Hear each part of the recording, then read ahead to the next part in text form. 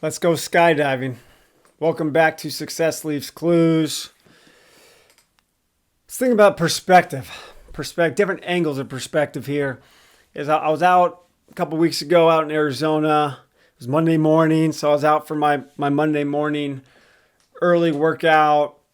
The sun was just rising, man. The desert is nice out there with that orange, bluish. You could see it forever. Not very tall mountains. And I look up and I see airplanes going around. I'm like, oh, interesting. Different type of airplanes, right? Small airport nearby. And here we go. Parachutes start opening up. People start jumping out. And I'm like, wow, that's crazy. And I'm doing a little stretch right now. And think about these perspectives. I'm going to give you three perspectives here. Is the skydiver, the person probably doing it for the first or second time up there. In the moment, jumping out, just the anxiety, the stress, the nervousness, the excitement, holy smokes, label it however you want. That's chaos. Heart rate's through the roof. What if something goes wrong? There's doubt, adrenaline, breath is crazy. It's also cold. There's a lot of holy smokes going on, right? But the guide strapped to them, the person that's with them, calm, just another trip. They're focused, steady, composed. They know what they need to do to execute. And then the third perspective, me on the ground, looking at them from a side angle as I stretch, looking around saying, doesn't even look like they're doing anything.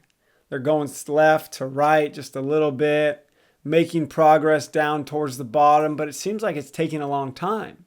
But to the person in the hot seat, the new person in the air, the skydiver, going 1,000,000 miles an hour. And it made me think that's how baseball works. The best pitchers, the ones who control the game, you watch these playoffs, the World Series, those guys are barely sweating out on the mound or at the plate. They're full control, even though everybody else is cheering and everybody's going crazy and their heart rate and they're biting their nails in the stands.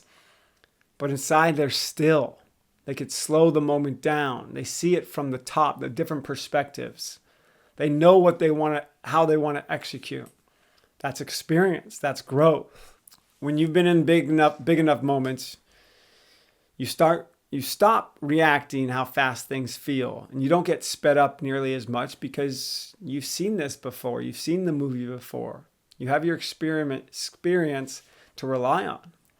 So I think that's the takeaway. That's the connection I'm trying to make here is whether you're on the field, in the classroom, or in life, or in the air, skydiving, your perspective changes everything.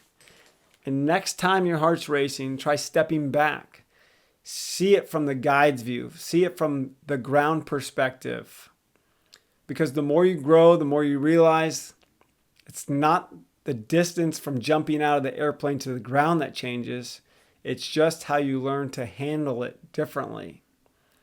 And one last thing. Start using your experiences to your advantage. But don't just stop there.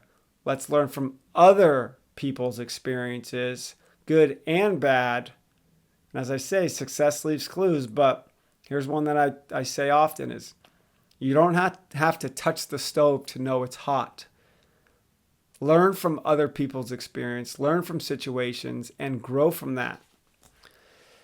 Hope this one helps.